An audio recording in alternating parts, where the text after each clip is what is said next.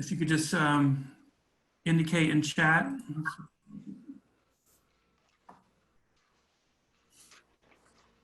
If anybody would like to address the board, just put your name in chat.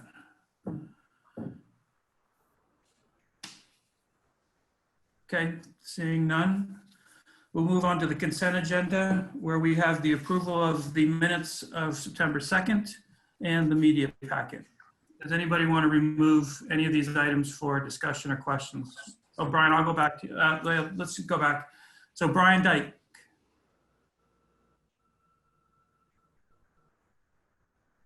Yeah, hi, sorry, I'm having some technical difficulties there.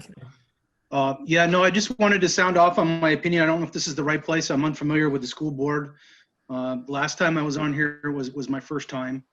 I know at the conclusion of the last school board I was on, in regards to the SRO program, is that up for discussion right now? Am I correct there? We're going to talk about forming a study committee tonight. If you would like to address the board, you may. Okay. So last time around, I mean, we heard, I think there was a few more people on that night. We heard the viewpoints of, I didn't keep track of how many people were against the SROs, but it was probably between 15 people that came on and spoke their opinion against the SROs. You know, in this town, with the Maple Run School District, you know, you have 6,500 people here in St. Albans town, another 7,000 in St. Albans City, and then almost 2,000 in Fairfield. I would have thought that that would not be enough people to form a referendum on a pretty proven practice that we have in place here. So if we're looking to form a committee that's going to look at data and statistics, I don't think that we're off to a great start there. My proposal is that we table this. I don't think there was enough of a burden of proof that was presented that week to present the committee with grounds to form a study on this matter. I think there's largely a plethora of studies out there on SROs. I think there's quite a bit of data. The data is mostly inconclusive. There's pro and there's con. There's a lot of data that's in sort of areas that aren't a fit to compare to St. Albans, like the south side of Chicago.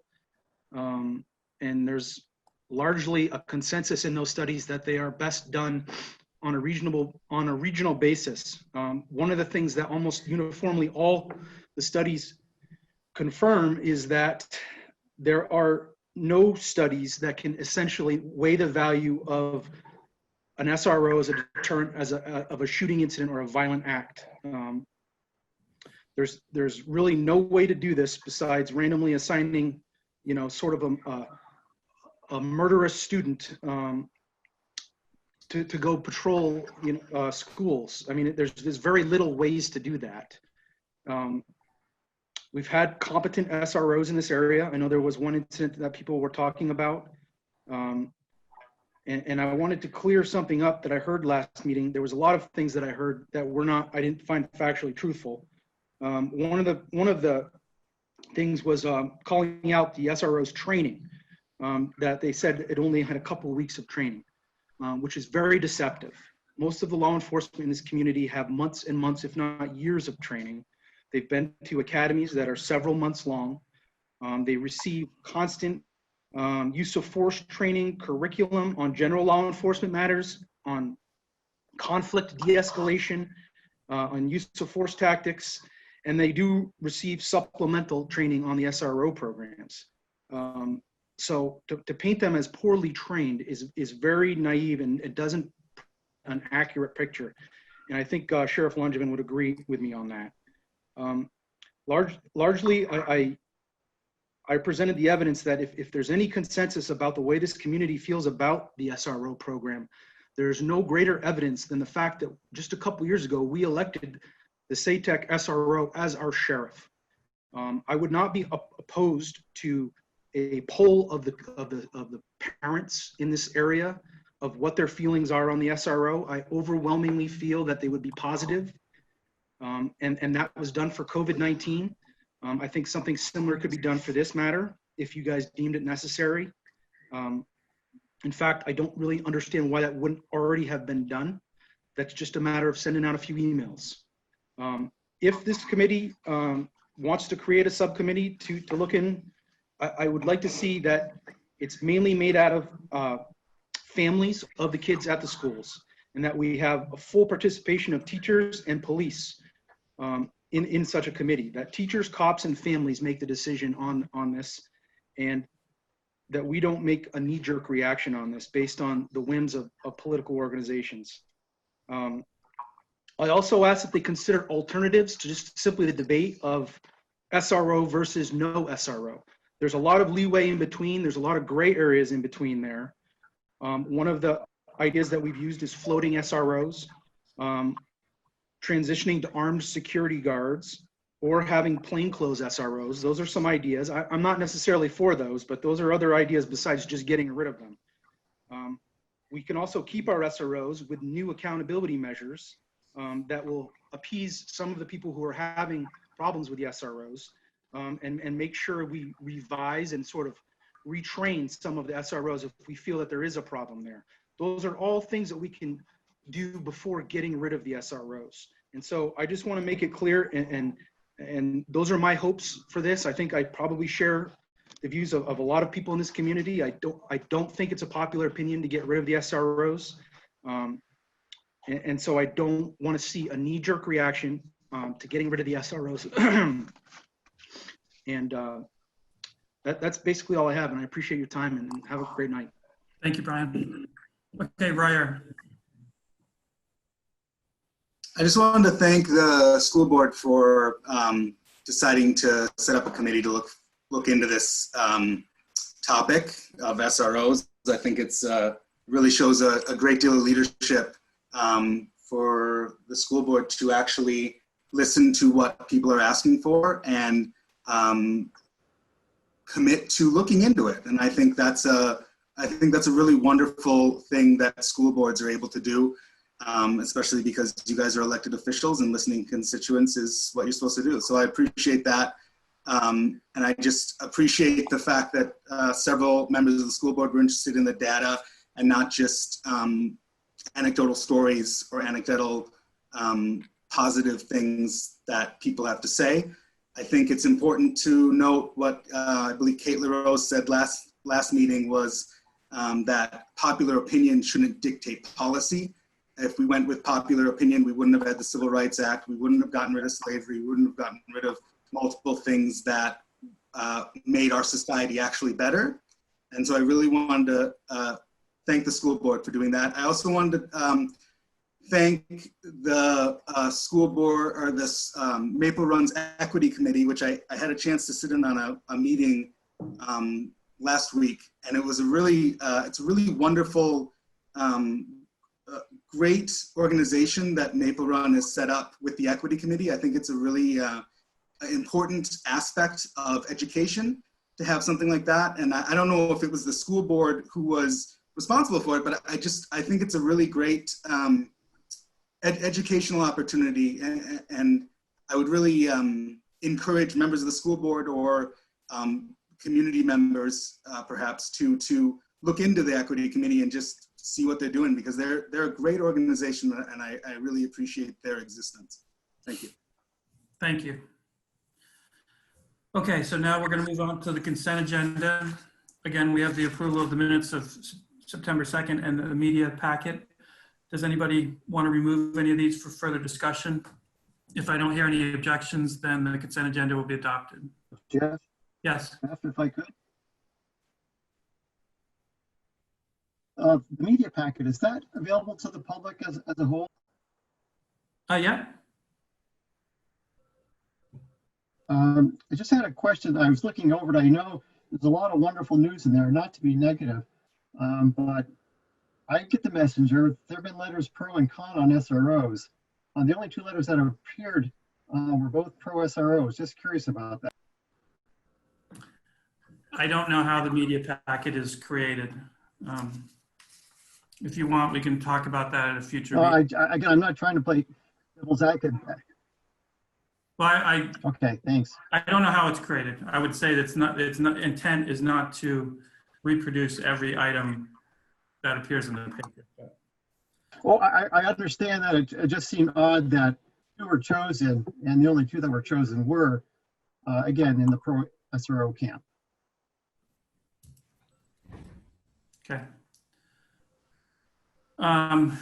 So do you want that item removed, Steve, or are you willing to proceed with No, it? no, I don't want it removed. I just wanted to hear, I thought this was my opportunity to comment on it, so I thought I would. It just seemed, again, 39 pages in that document. You know, I get the messenger. I've read wonderful letters on both sides. I just would have thought an effort would have been made to include. Okay. Okay, so hearing no objections, the consent agenda is adopted. On to old business, item 6A. Kevin. Good evening, everybody. COVID update for today.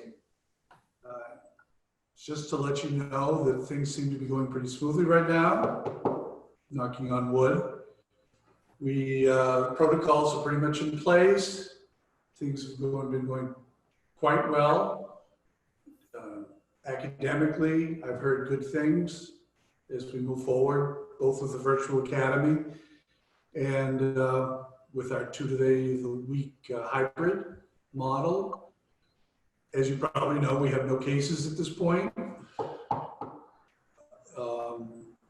If and when that happens, we have protocols in place for dealing with those. It's smooth enough, so as I think you also know, given the fact that we've gone to stage 3, and given the fact that that allows us a little bit more leeway in our health and safety guidelines, or not ours, but the state's health and safety guidelines. We, along with most of the districts in the state, have started to open up the spigot to a degree. So given a specific timeline, we are opening that up for our kindergarten through 4th grades.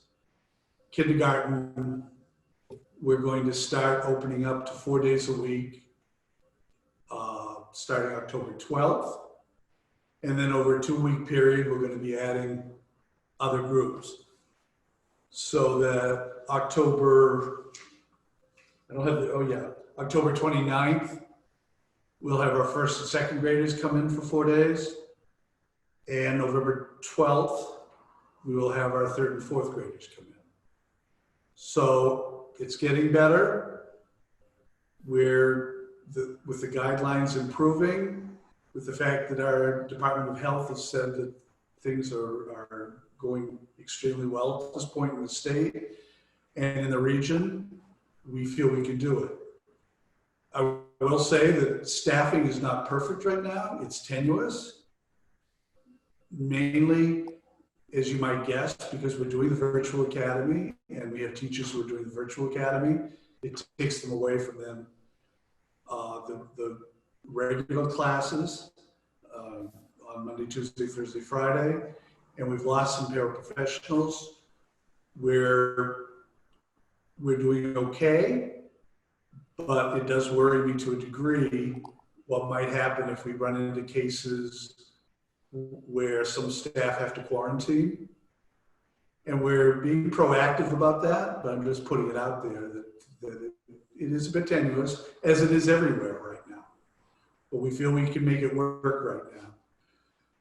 I might add, we got some additional information yesterday from the state that it's looking like they are going to allow up to 6th grade under the same more liberal guidelines.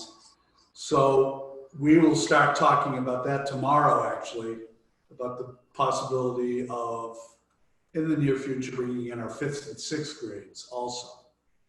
So that would probably, I can't predict, but that might be later on in November, given the new guidelines. The only other aspect that we're talking about is, because of the hands-on nature of our tech program, we are thinking of seeing if it's feasible to bring in our tech students for 4 days, because it's really difficult to learn some of the things such as building trades and whatever and doing it virtually. So we're working on that. I know Leanne and Lisa are working on that carefully to see if we can do that somewhere in the near future. So that's basically where we are right now. It's fairly smooth, or as smooth as one might expect given what we're under. And the district and the surrounding districts are working very, very well together to get this to happen. And I cannot, once again, I cannot say enough about our staff, because they are doing things they're not used to. They're working really well with us. It's truly a collaboration, and it's working. I do have a letter I want to read, but before that, I just want to open up if there are any questions. Any board members with questions? Joanna? Kevin, my question was around the calendar. I've noticed that other schools and school districts have revamped their calendar in light of realizing that the time because we're in hybrid right now, especially for middle school and high school, that it's not equitable in terms of days. When you have in-services, when you have, whatever days off, a lot of them tend to be on Fridays, which is making it unbalanced for students. And so I saw that other school districts went ahead and revamped their calendar to make sure that there were 2 days and 2 days for each of the cohorts during those weeks where there were in-services and days off. So they kind of forewent their Wednesday, and they made it be equitable for both cohorts. Was there any thought given to doing that at Maple Run? Not at this point. We could certainly look at that, Joanna. I know at one point we talked about the fact that people are coming in Mondays and Tuesdays versus Thursdays and Fridays, and it's typically Mondays and Fridays where people have some of these days off, whether it be PD days or whatever. So there was an initial thought about the fact that there wasn't that much inequity, but we can certainly look at it. We haven't at this point. Yeah, I think it's worth looking at. I'm somebody that teaches a specials class, and so I teach on Tuesdays and Fridays, and it was going to be that I was going to have 8 days difference between my Monday, Tuesday cohort and my Thursday, Friday cohort. So I was really excited when Franklin Northeast decided to revamp the schedule to make it more equitable for the two. We'll look into it. Good point. Thank you. Any other questions for Kevin? Okay, Kev. So I did get a letter today, and I'm going to indulge your patience, and then it's a 2-page letter, but I believe it's worth reading. It's no secret that I'm not always a fan of some things that come out of the Agency of Education. However, this one I think they did right, and I would like to read it. It comes from the Secretary of Ed. On September 26, 2020, we moved to step 3 in our health guidance when offering in-person learning. Moving away from step 2 is a recognition that we're capable of operating a system of in-person instruction that is protective of the health of our students, our staff, and our families, and able to respond quickly to shifting conditions or resurgence of the virus. Step 3 will bring with it increased flexibility in our practices and modes of instruction while still keeping us safe in the classroom. I wanted to write to you, and when I said to you, he's writing to Vermont educators, because I believe that recognition of this milestone highlights the critical and impressive work that you and your colleagues have done during the months leading up to the start of school and in the weeks since. Through your efforts, we have moved through the critical first few weeks of school while safeguarding the safety and health of our school communities. This is an incredible achievement and a testament to the hard work of all involved in the reopening of our schools. Your efforts to date have been exemplary. Many of you have served on your school's reopening task force, finding ways to adjust policies and practices to meet the new public health requirements. Many of you have taken on new leadership roles in your schools, your districts, or your professional associations as part of this work. All of you have used ingenuity and innovation to find new ways of doing things so that you can continue to safely provide excellent educational experiences to your students. All of you have learned new skills or adjusted whole courses and curriculums to new modes of instruction. All of you have had to adapt your teaching to a changed world, and you have done so with kindness, flexibility, and endless grace. While this was difficult work, exhausting work, and sometimes uncertain work, I have heard from many of you in the past few weeks that it was all worthwhile once students began coming back to school. Over the last several weeks, I have watched as you demonstrated again and again that you have the skills and the capacity to rise to the unique challenges that teaching and learning present in this context. I hope that you have had the opportunity to test the systems that you have built, make adjustments as necessary, and gain confidence that working together, we can educate our students safely and sustainably. In many ways, starting at step 2 has been a confidence building exercise. On the basis of pandemic conditions, Vermont has been at step 3 for many months, but the team of health and education experts who drafted our reopening guidance were united in opinion that we needed to open schools in step 2 to be confident that we could operate at the more protective level. Based on what I've heard from educators and administrators around the state, I am confident that we will be able to educate students safely at step 2 should the need arise. I am very much hope that we will not need to do so, but if conditions worsen, I am confident that Vermont schools will be able to rise to the challenge, moving with flexibility and minimum of disruption, back to a more protective mode. I am certain that no matter what comes, we will have the skills, tools, and confidence we need to keep our schools safe.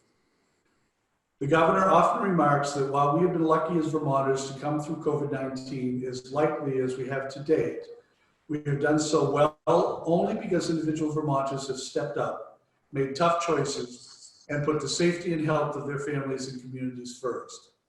I have seen this very same spirit reflected in every aspect of our collective efforts as we reopen schools.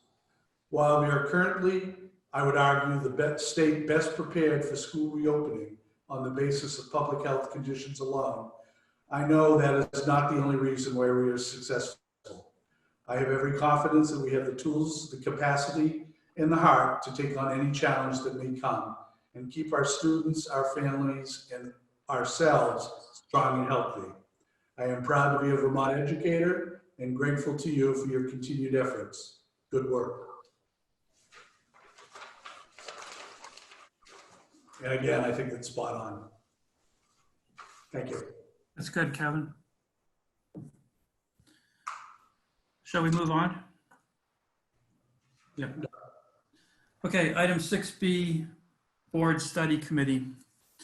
It was suggested at our last meeting that we form a committee of 3 or 4 board members who would determine some important points about the SRO Study Committee, including what its mission or charge will be, what its member composition or makeup will be, what the timeline will be for the study committee and giving its recommendations to the board, and whether or not a facilitator will be used. So what I'd like to do tonight is create that committee, and then we can decide who wants to be on it.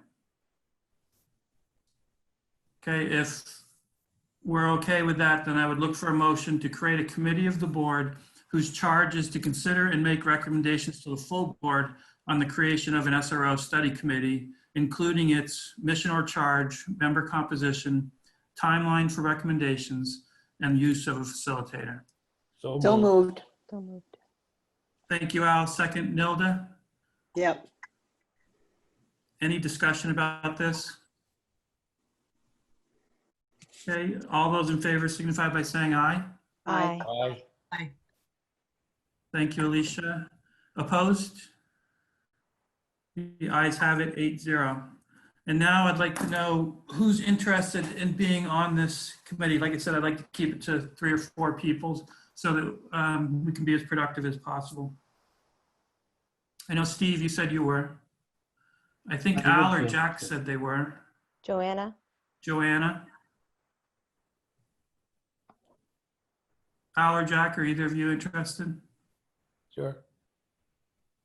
So right now we have Steve, Joanna, and Al. How does that sound to everybody? Sounds good. Okay. So you're it.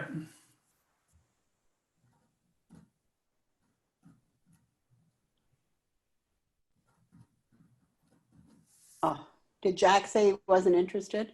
He didn't say anything. Is Jack here? Yeah, he's here. You're muted, Jack.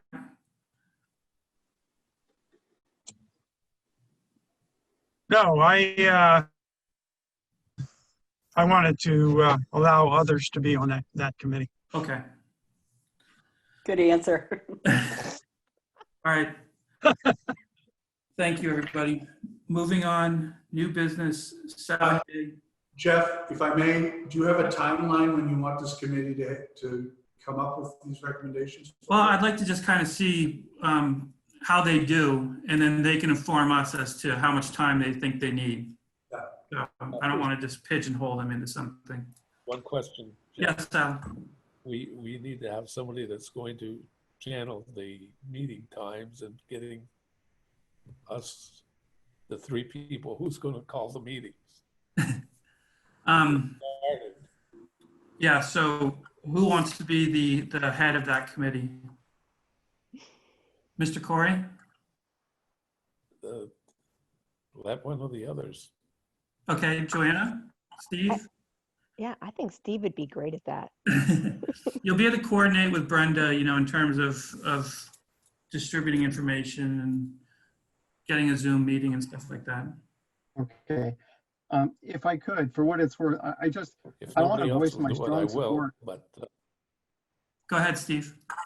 I was going to say, for what it's worth, I do want to voice my strong support for the idea of a committee. I think it's important, and as much as we're a public institution and need to, I think, listen to as many voices as we can before moving forward with this. And so I look forward to the opportunity to get this ball rolling and hope for the best. Okay. Susan. You're muted, Susan. Oh, there you go.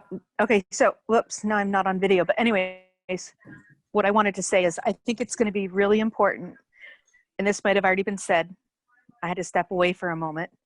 I think it's going to be really important that whoever's on the committee is there with an open mind and hasn't already made up their mind about whether or not SROs should be in the school. Because I feel like I certainly have seen people's expressions and heard people that have already made a very clear mind that absolutely not in terms of SROs in the school. And I've also heard people say they absolutely must be in the school.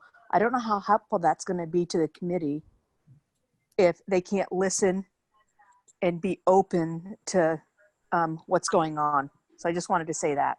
Yep. Yep. No, and I think that'll be an important part of this group of people and the board as a whole is figuring out the makeup of the committee and how we're going to select people. So. Thank you. Okay. All right, so item 7A, early retirement requests. I'm guessing this is Bill. Yep, this is me. Thanks, Jeff. In your packet, you will see 6 letters of request for early retirement along with the side letter that we signed with the association after the last negotiations that allow up to 8 people to apply for early retirement. And the board may, if I direct you to the second paragraph under the conditions noted herein, 8 professional staff in 2021 may be granted an early retirement benefit. Additional teachers may be considered for the benefit at the discretion of the board. So in Pat last year, I believe we had 8 folks that apply.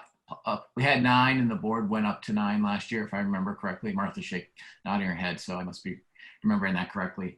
And you have 6 right now. I think we have 7. I counted 7. Am I counting? Did I count wrong, I Jeff? think so. But you're 1, close.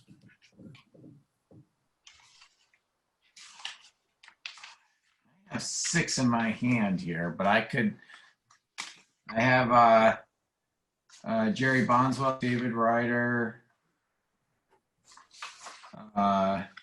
Melissa Haberman, Mary Ellen Lamb, Neil Smith, and Sheila McInerney. Do you have one for Dave Ryder, Gerald Bonsall? Yep, I said that name. You did? David Ryder, I said that name as well.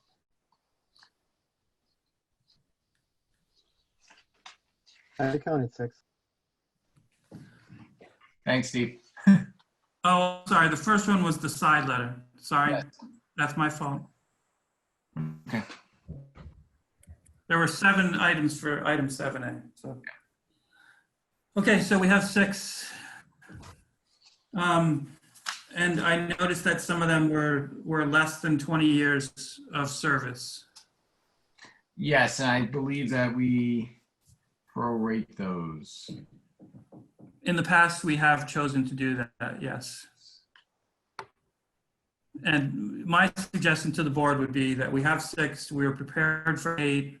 I would say that we grant the 6 early retirement requests, and with the provision that we are going to prorate the ones that are less than 20 years. so moved. Thank you, Al. Second. Sure, thank you. Any discussion? I have a question. Okay. They will have to backfill those positions, right? Say that again, Milda. You'll have to fill most of those positions, won't you? I think so, from what I've seen in this past year working, and we haven't really seen a change in student enrollment, or if anything, Right. increase. Okay, thank you. Any other discussion? Okay, hearing none. All those in favor signify by saying aye. Aye. Aye. Shoot, I missed Alicia. Alicia?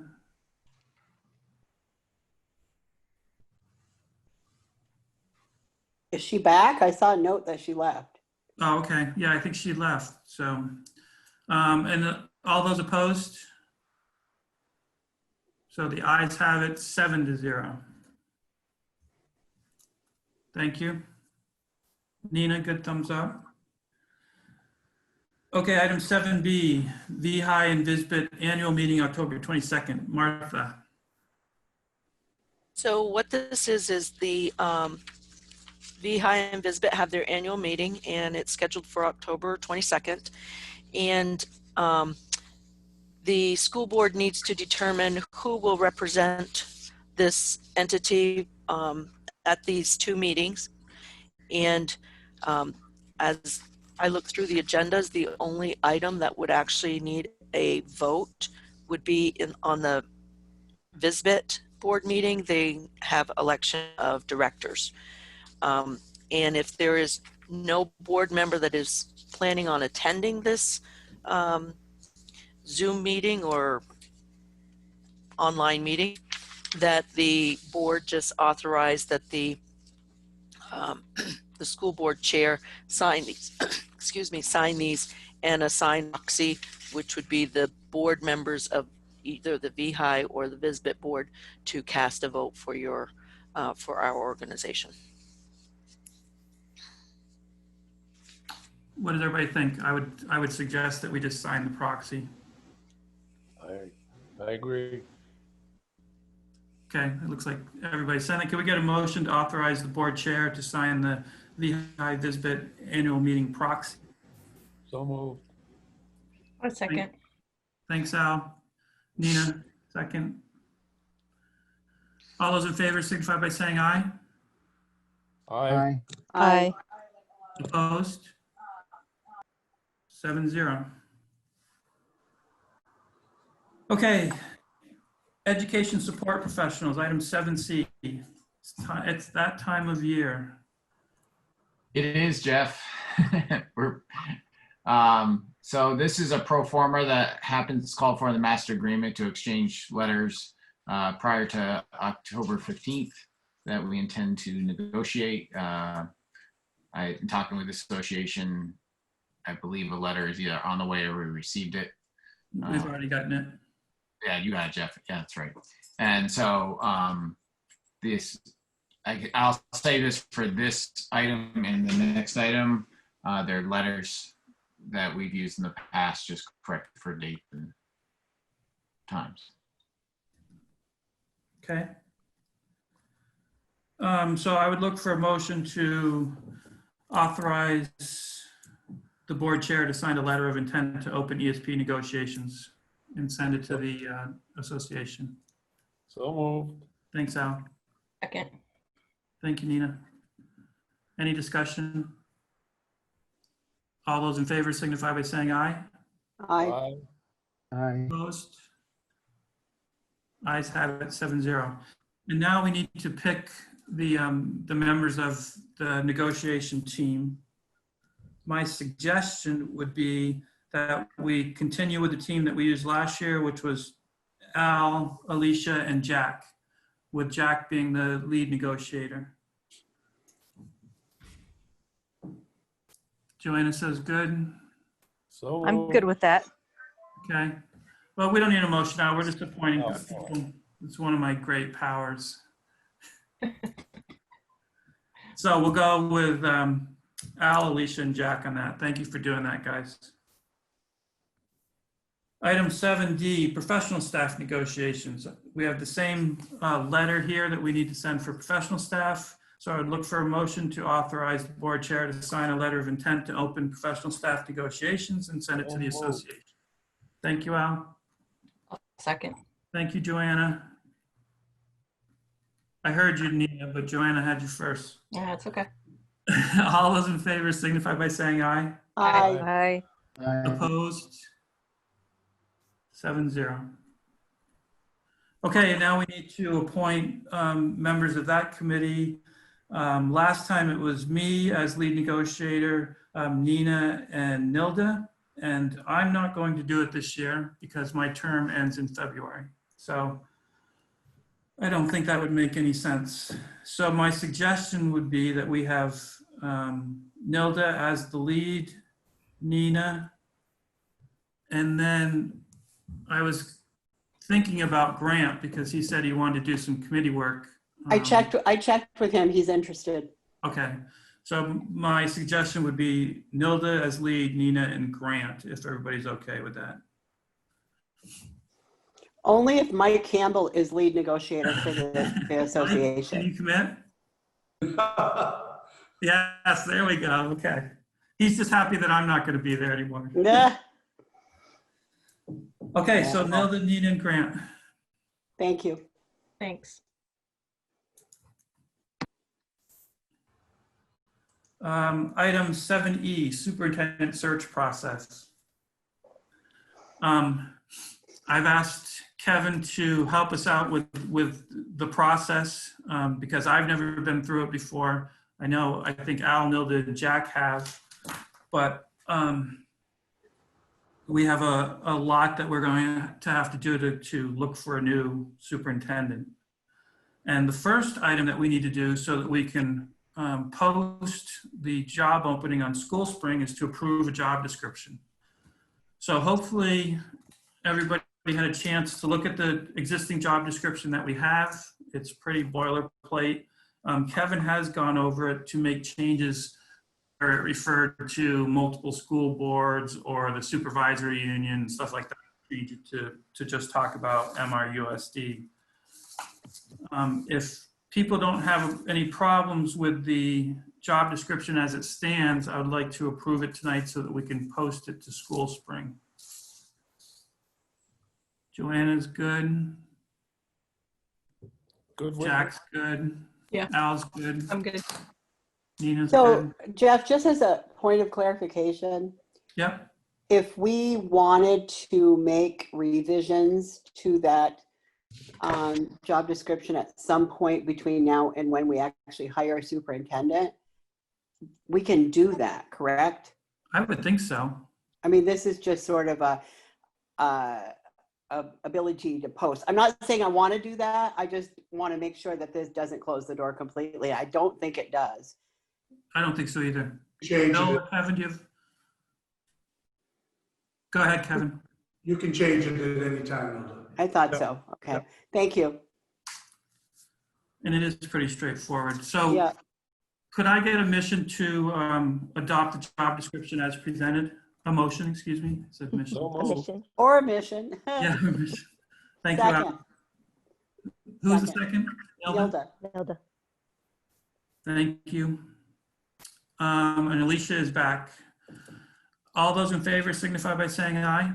Aye. Aye. And just as I said it, she disappeared. All those opposed? The ayes have it 7-0. Just so everybody knows, at the very beginning of the meeting, Alicia was kind of like in and out with her internet access. So. Okay, moving on to item 8A, other business warrants. Could I get a motion to approve the warrants, acknowledging that passage of this motion will act as individual board member authorization of their signature on these warrants? So moved. Thanks, Al. Second. Second. Thank you, Jack.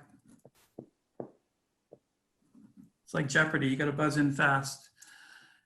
All those in favor signify by saying aye. Aye. Aye. Aye.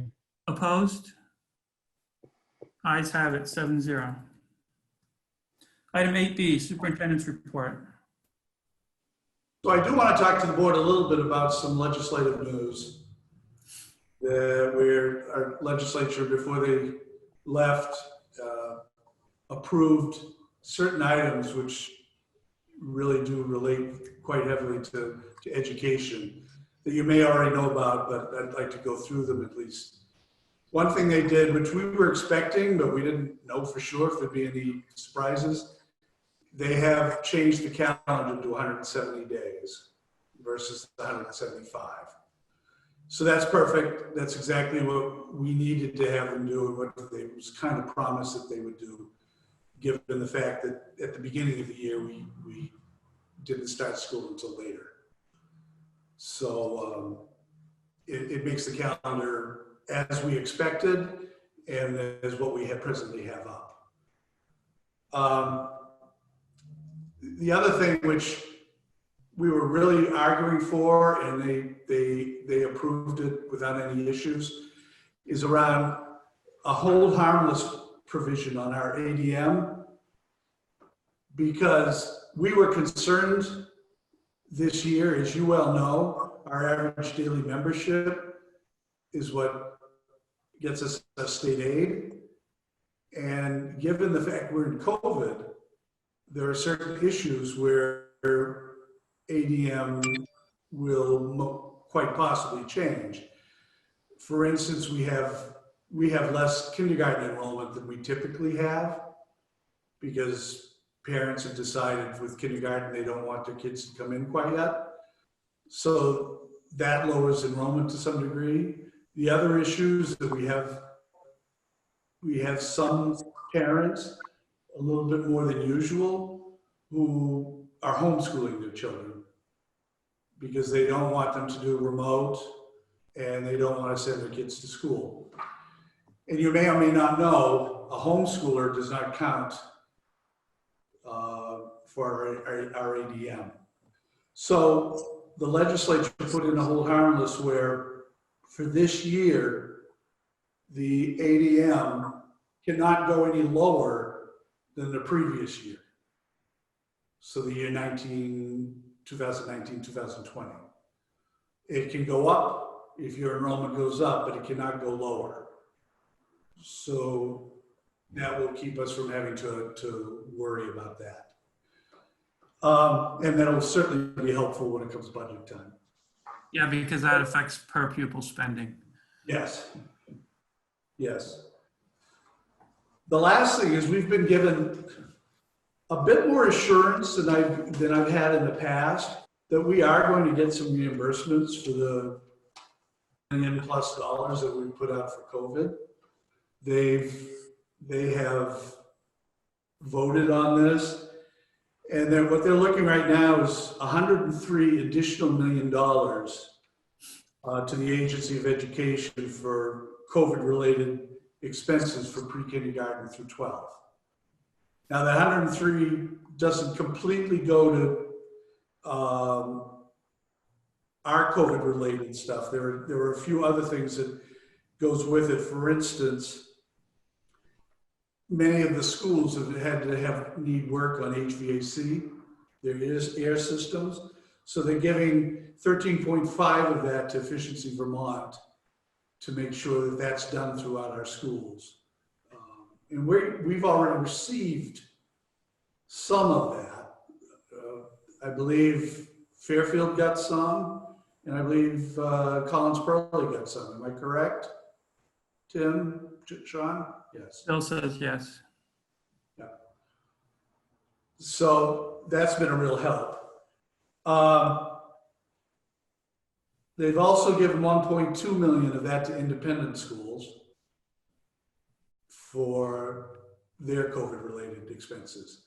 So minus the 1.2 and the 13.5, the rest of the money goes to public schools. So that's going to help us along the way, and we're feeling a little bit more confident that we're going to get reimbursed for these expenses. That does not mean that we're out of the woods or that the state is out of the woods when it comes budget season, because they're still going to have to deal with areas around the fact that a lot of our tax funds that usually go into the education fund are lower. Tourism is down, hotels are down, some of this is down, and they're still going to have to find that money. But for right now, this is all pretty good news for us. The devil will be in the details later on. So mainly good news. Thank you. Anything else? No. Any questions for Kevin about that, board members? Okay. Item 7C, board announcements. Does anybody have anything?